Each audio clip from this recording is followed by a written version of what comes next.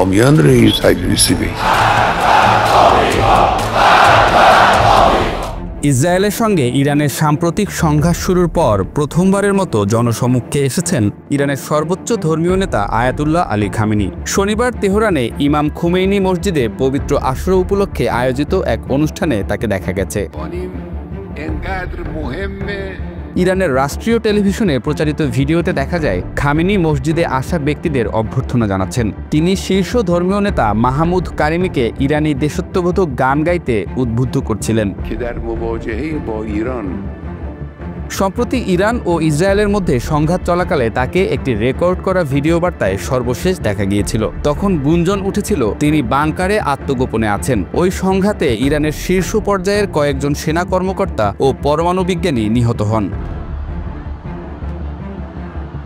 গত ১৩ June Israel হঠাৎ করে ইরানের পরমাণু ও সেনাঘাঁটিতে হামলা করে। এরপর ইরানও পাল্টা হামলা চালায় ইসরায়েলের দিকে। ২২ জুন ইরানের পারমাণবিক স্থাপনায় হামলা চালানোর মধ্য দিয়ে যুক্তরাষ্ট্র সংঘাতে জড়িয়ে পড়ে। ১২৫টি সামরিক বিমান ব্যবহার করে তারা ফোর্দো, নাতানজ ও ইস্পাহান পারমাণবিক স্থাপনায় হামলা চালায়। এই সংঘাত ১২ দিন ধরে চলছে। ইরানের বিচার বিভাগ জানিয়েছে ১২ দিনের এই সংঘাতে ৯ শতাধিক মানুষ নিহত হয়েছেন। বান্ডেল থাকলে প্রতি সেনমানিতে টাকা বাঁচবে।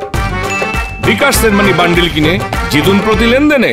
গতকাল খামেনির প্রকাশ্যে আসার বিষয়টি ছিল ইরানি সংবাদ মাধ্যমের প্রধান খবর। তার অনুসারীরা টেলিভিশনে তাকে দেখে আনন্দ প্রকাশ করেন, এমন দৃশ্যও দেখা গেছে। এর আগে ২৬ জুন প্রচারিত এক রেকর্ড করা ভাষণে খামেনি বলেন, মার্কিন প্রেসিডেন্ট ডোনাল্ড ট্রাম্পের আহ্বান সত্ত্বেও ইরান ইসরায়েলের কাছে আত্মসমর্পণ করবে না।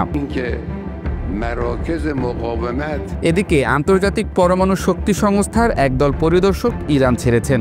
ইসরায়েল ও যুক্তরাষ্ট্রের সঙ্গে সাম্প্রতিক সংঘাতকে কেন্দ্র করে ইরান আইএইএ এর সঙ্গে সহযোগিতামূলক সম্পর্ক স্থগিত করার পর দেশটি ছাড়তে বাধ্য হলেন তারা।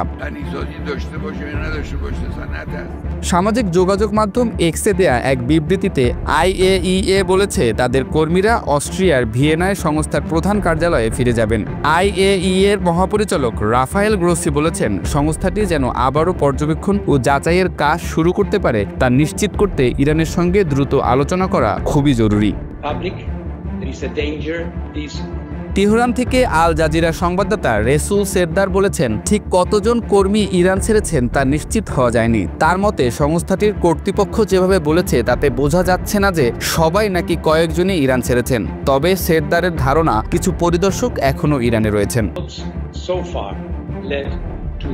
এই সংবাদদাতা বলেন, আইএইএ এর কর্মীরা উড়োজাহাজে চড়েননি, সড়ক পথে আর্মেনিয়ায় গেছেন, তারপর তারা ভিয়েনা পৌঁছেছেন। তার মতে এই ঘটনা ইরানে এখন এক ধরনের পারমাণবিক অনিশ্চয়তার যুগের সূচনা করেছে।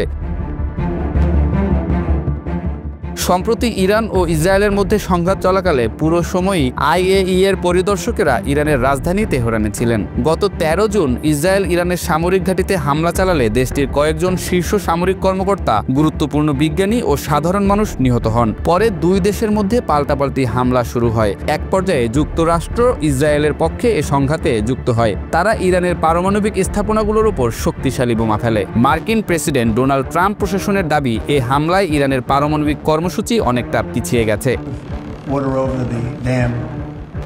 যুক্তরাষ্ট্র ও ইসরায়েলের বিমান হামলার পর ইরান জানিয়ে দেয় তারা এখন আর জাতিসংঘের পরমাণু সংস্থার উপর ভরসা করতে পারছে না। যদিও ইরান বলেছে পারমাণবিক অস্ত্রের বিস্তার ঠেকাতে স্বাক্ষরিত আন্তর্জাতিক চুক্তি এনপিটির প্রতি তারা এখনও প্রতিশ্রুতিবদ্ধ। গত বুধবার ইরানের প্রেসিডেন্ট মাসুদ পেজেশকিয়ান আইএইএ এর সঙ্গে ইরানের সহযোগিতামূলক সম্পর্ক স্থগিতের নির্দেশ দেন। সংস্থাটিকে সহযোগিতা দেয়া বন্ধ রাখার এ প্রস্তাব আগেই ইরানের পার্লামেন্টে পাশ হয়েছিল। পরে দেশটির সর্বোচ্চ পরিষদ গার্ডিয়ান কাউন্সিল সেটি অনুমোদন করে। গার্ডিয়ান কাউন্সিলের মুখপাত্র হাদি তাহার নাজিফ বলেন, ইসলামী প্রজাতন্ত্র ইরানের জাতীয় সার্বভৌমত্ব ও ভৌগোলিক অখণ্ডতার পূর্ণ সম্মান রক্ষার জন্যই এই সিদ্ধান্ত নেওয়া হয়েছে।